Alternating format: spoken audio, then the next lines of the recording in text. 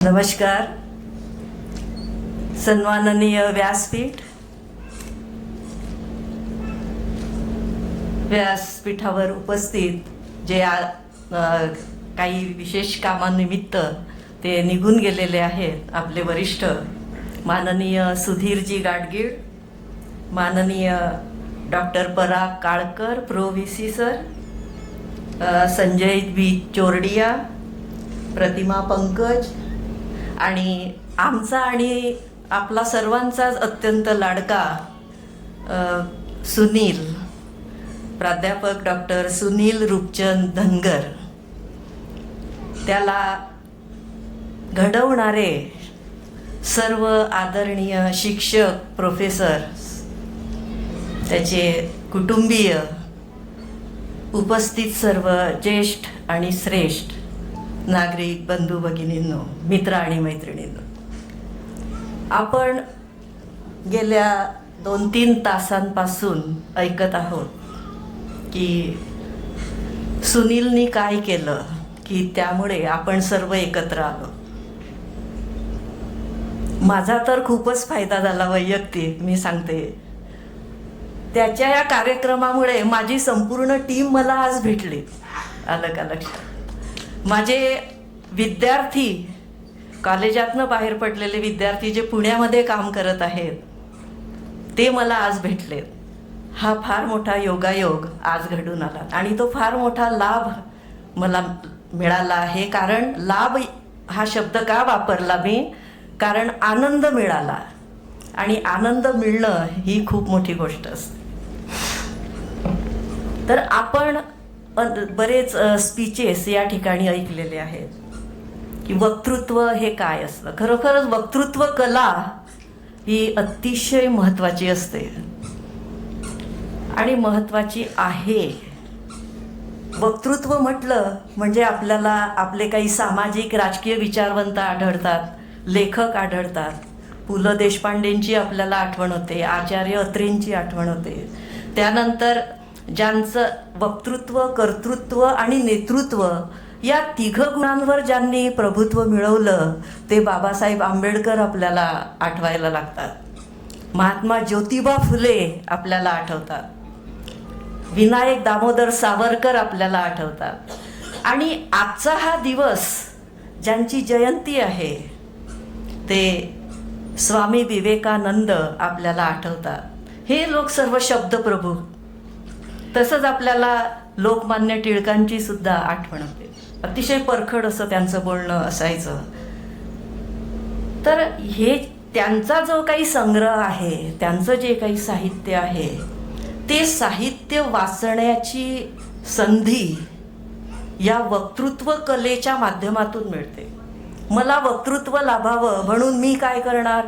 मी काही पुस्तकं वाचणार, कविता असतील त्या कवितांचा काही संग्रह असेल तो मी अभ्यासणार, त्याचा अर्थ समजून घेणार आणि त्यातून सामाजिक समस्या काय आहेत किंवा कोणत्या गोष्टींची जडणघडण होणं आवश्यक आहे हे सर्व मी समजू शकेल.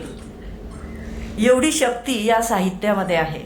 आणि म्हणूनच वक्तृत्व कलेला आपल्या जीवनामध्ये अतिशय महत्त्व आहे की जी सुनीलनी अत्यंत विपरीत परिस्थितीमध्ये आत्मसात केली. म्हणजे आपल्याला असा प्रश्न पडतो की how to inculcate among our self, हे कसं आपण आत्मसात करायचं? तर त्यासाठी परिश्रम घ्यावे लागतात आणि तेव्हा आपल्याला शेवटी हे सर्व असं आयोजन करून असा मोठा सोहळा जो पार पडतो त्यातून आपल्याला म्हणावं लागतं की hard work is the key of every success. आणि त्याशिवाय काहीच आलं का? त्या पलीकडे आपण त्याला सबस्टिट्यूट नाही हार्डवर्कला. म्हणजे तुम्ही परिश्रम करा, त्यातून आपल्याला फळ हे निश्चित मिळेलच.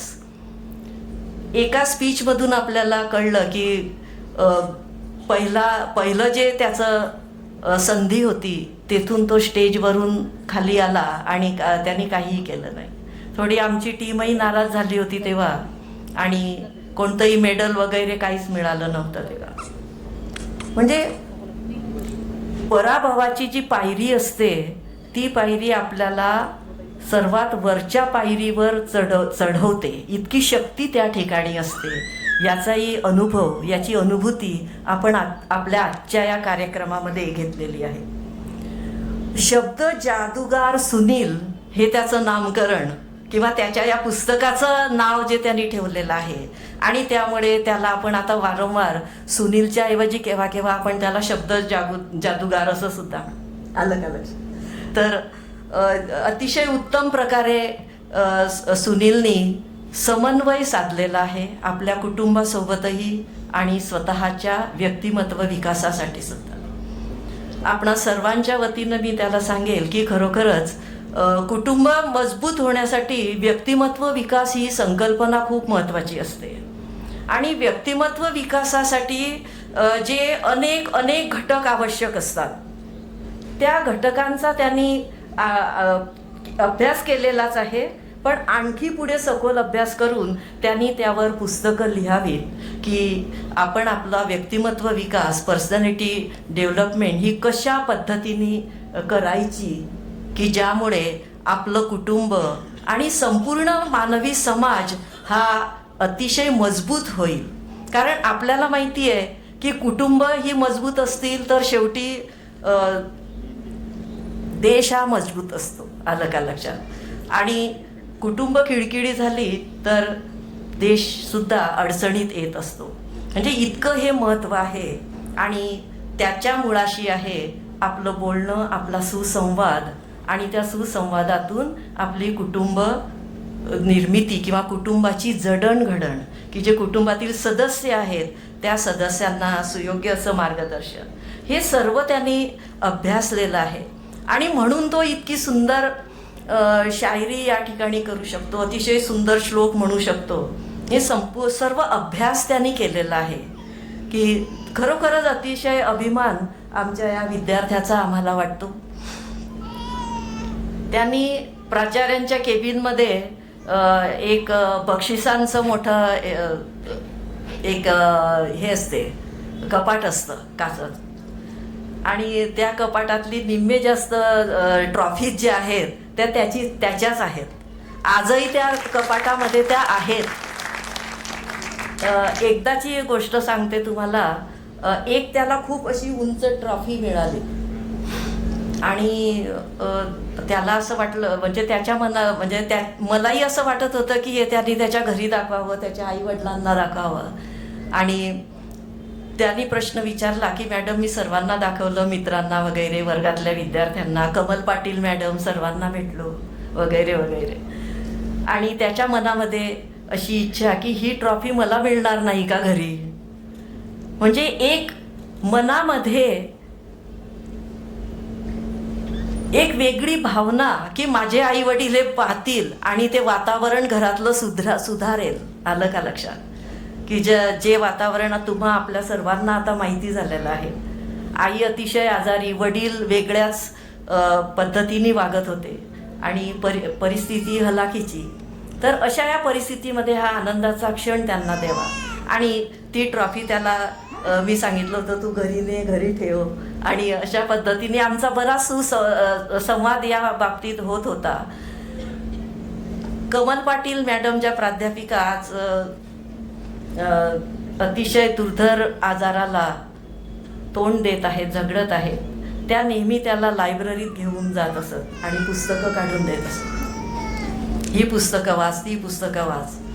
म्हणजे आपलं म्हणजे वक्ता कसा असावा, वक्त्यांनी कसं बोलावं, बोलताना त्यांनी कसं बघावं, कसं उभं राहावं, या सर्व गोष्टी असलेली वेगवेगळी अनेक पुस्तकं त्याला काढून देत असत. वक्तृत्व कलेच्या संदर्भात वेगवेगळ्या सामाजिक राजकीय विचारवंतांची चरित्र त्यांना उपलब्ध करून देत होत्या. म्हणजे त्याला लायब्ररी आम्ही फ्री करून दिलेली होती आणि त्याचा अतिशय सुंदर असा उपयोग त्यांनी करून घेतला. त्यांनी त्याचा कधी कंटाळा केला नाही की मला काय वारंवार सांगतायत. आलं का लक्षात. पण अशा प्रकारे सुनीलनी सर्व चौफेर असा विकास घडवून आणण्याचा प्रयत्न केला. त्यासाठी तो होत असताना आपल्या कुटुंबाकडेही दुर्लक्ष त्याचं झालं नाही. सौभाग्यवती भारती हिचंही खूप मनापासून मी अभिनंदन करते, त्याच्या मुलांचंही अभिनंदन करते, कारण त्यांचाही प्रत्यक्ष अप्रत्यक्षपणे या त्याच्या यशामध्ये सहभाग आहेच. आपल्या नाहटा महाविद्यालय परिवारातर्फे पुनश्च तुझं अभिनंदन. आणि अशाच प्रकारची पुस्तकं तू सतत लिहित राहा, हे तुला आवर्जून सांगणं आहे. थांबू नकोस, कारण शेवटी काय आहे, लेखक हा समाजाभोवती मग फिरत असतो आणि समाजामध्ये ज्या ज्या समस्या आहेत त्या समस्या समोर आणण्याचा तो प्रयत्न करीत असतो, निदर्शनास आणून देत असतो आणि त्या माध्यमातून सामाजिक विकासाला सुद्धा हातभार लागत असतो. तुम्हाला असं वाटेल हा सुनीलचा वैयक्तिक प्रश्न झाला, त्यांनी पुस्तक लिहिलं, त्यांनी वेगवेगळी भाषणं करतो, वेगवेगळ्या स्तरावर त्यांनी कामं केलेली आहेत. अगदी म्हणजे वॉचमनपासून तर तो आता असिस्टंट प्रोफेसर आहे. मी म्हणेल खरोखरच हा राष्ट्रीय उभारणीतील एक मोठा वाटा आहे. तसा आपण प्रत्येकाचा वाटा असतोच, आलं का लक्षात. परंतु हे सर्व सादर करणं हजारो लोकांपर्यंत या प्रती जातील, पुढे लाखो लोकांपर्यंत जातील आणि आपल्या समाजामध्ये अशा प्रकारची व्यक्तिमत्व ही आहेत की ज्यामुळे खरोखरच आपला मानवी समाज हा शांतपणे टिकून राहतो. काहीतरी मूल्यसंस्कार हे त्या माध्यमातून होत असतात. हा एक विचार, ही विचारांची जडणघडण या ठिकाणी झाल्याचं आपल्या निश्चितच निदर्शनास येईल. तेव्हा सुनीलला मी पुनश्च या ठिकाणी शुभेच्छा देते पुढच्या भरभराटीसाठी, पुढच्या कारकिर्दीसाठी. आणि माझे 2 शब्द या ठिकाणी संपवते. संयोजकांनी मला बोलण्याची संधी दिली त्याबद्दल संयोजकांचे आभार. सगळे आपलेच विद्यार्थी आहेत त्याचा मनस्वी अभिमान या ठिकाणी पुनश्च मी व्यक्त करते आणि माझे 2 शब्द